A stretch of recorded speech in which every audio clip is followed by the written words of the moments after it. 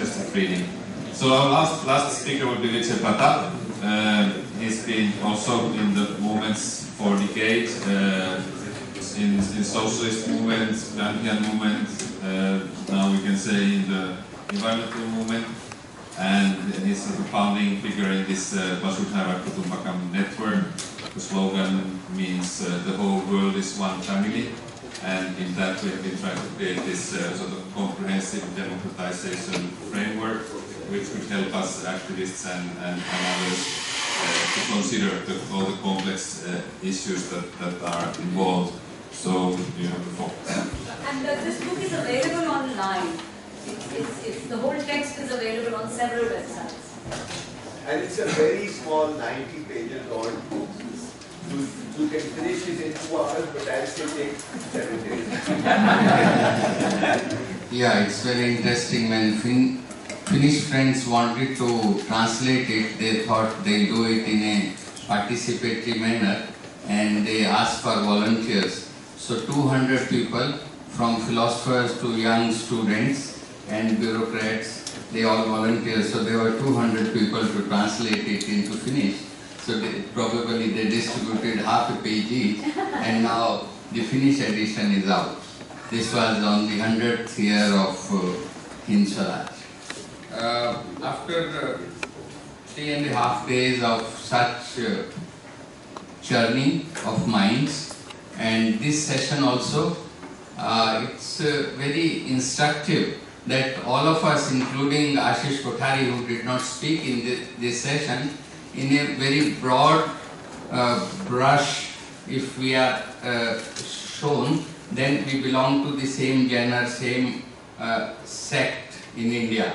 Gandhi inspired, not Gandhians, but Gandhi inspired diversities.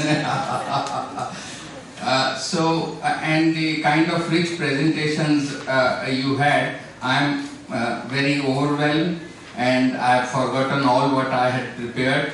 So, so I have decided, and it seems like all the audiences I have interacted with and the speakers, I feel it's a very informed audience. So I will not attempt at connecting the dots of what I say, but only react to what I have heard in last 3 days, both coffee culture scene, as you pointed out, less courageous ones and the more courageous ones.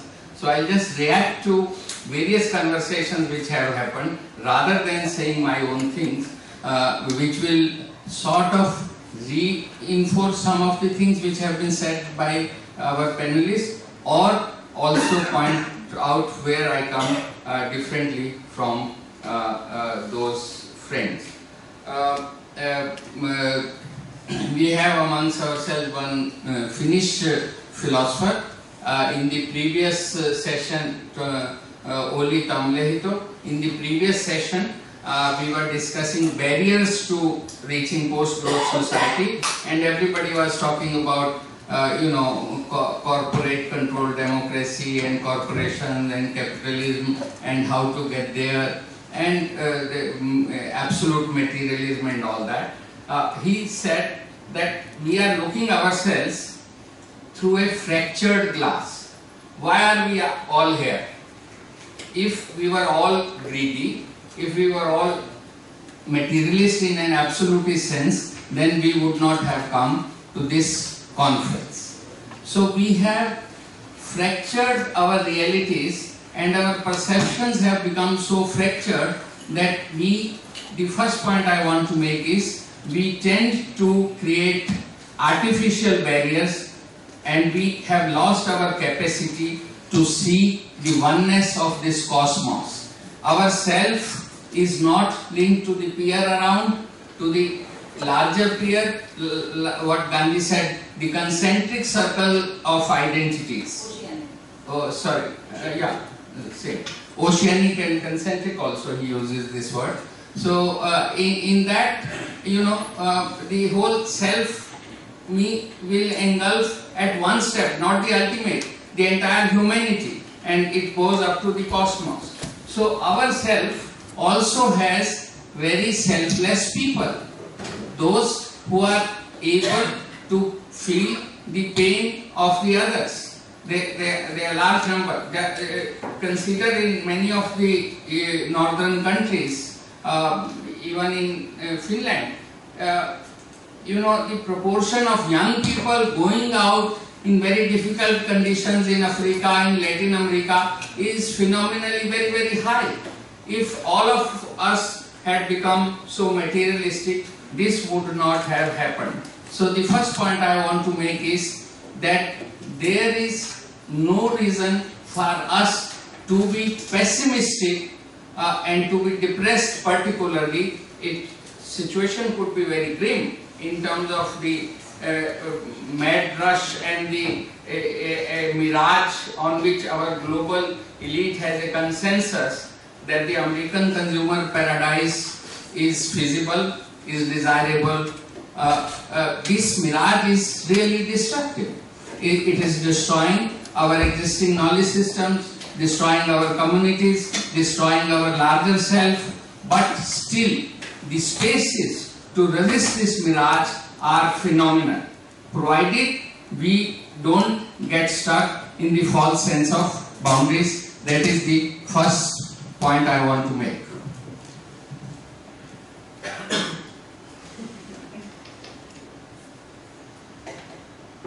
These boundaries work both ways, cut both ways. And mostly when they are when we don't recognize the oneness, the unity of this cosmos, then they act actively. Because such altruistic, such idealistic people, such passionate commitment for post-growth society. But we are not discussing, we are in Europe, and we are not discussing the right-wing, emergence in the entire Europe, except probably pockets of southern Europe. The ideologies and the political formations which are coming up, they believe in post-growth, mad growth development model, the unequal society. If banks lose money, then the taxpayers have to take care of it. But if ordinary people lose money, then they have to commit suicide. So this is the thinking which rightward political. So it is because of our this fractured way of thinking that we are not discussing things in a holistic manner. So the second dot I want to describe is that to move towards post-growth society would also require to have a thinking which is holistic, which is rooted. So if northern people have to discuss, then they have to discuss this almost which appears to be unbreakable today, the alliance between corporate controlled democracy, the military establishments, and the so-called representative democracy, which is neither democracy nor representative. It is determined by corporates, and it is active destruction of knowledge systems of the South. This is all happening through the power of the market and the state and the military establishment in North. And we are not discussing that. And let me make a side point. Somebody from the floor after first speech, after Marco's presentation, said that we have to be anti-capitalist. Yes, we have to be anti-capitalist. But one of the and there was one comment made on caste system and Marxism. So without necessarily linking to all that, but I would like Germany has a political foundation, Rosa Luxemburg Foundation. It has supported one publication, Left Debates in Nepal. It's a recent publication brought out by its Communist Party Nepal, United Marxist-Leninists. And in that, one of the contributions says that we need to create capitalism for forward movement of the society to come out of feudalism, and for that we need either foreign direct investment or reduce wages of the workers, or do both. Look at the standards of Nepal's working classes, leading life. So what I am saying is Marxist understanding of unilinear development of society, where capitalism is an essential stage to reach to socialism, is very faulty, and it has done lot of damage. And wherever Marxism of that variety is collapsing, which considers capitalism as an essential stage in development, where it has not collapsed, there the same failed ideas are being practiced. For example, in Nepal, I mentioned you the coalition partner Communist Party, which is the present coalition partner in Nepali government. But the other is Maoist Party, which was the largest party in the previous Constituent Assembly. They also formally passed resolution that capitalism has to flower before we achieve socialism. So this present brand of capitalism is a necessary stage. So present destruction, present destruction of our imaginations and our dreams, and believing in this mirage of achieving American consumer paradise, it is one big thing which we have to fight at the level of our dreams. If we have to move to post-growth society, so the biggest challenge is how to stretch the envelope of our regimes, how to undo with this mirage of American consumer paradise. This I am not speaking from any higher pedestal that South has done this, only North is victim of this, nothing like that.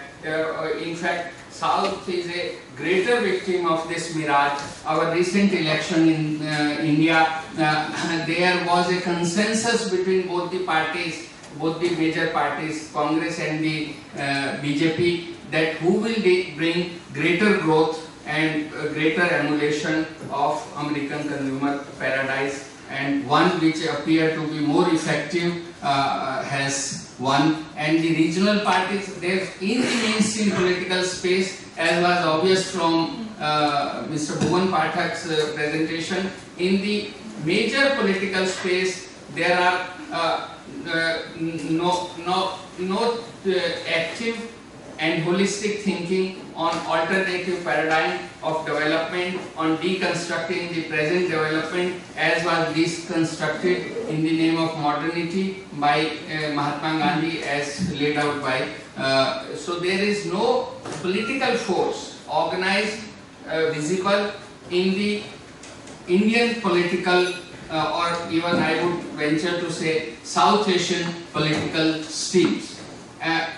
Even in civil society, most of us in the institutionalized formal civil society, we are funded by counterparts from this part of the world, and in the unstructured, genuinely volunteer civil society, which is generated out of local groups, from the most subaltern group, that is the Dalits,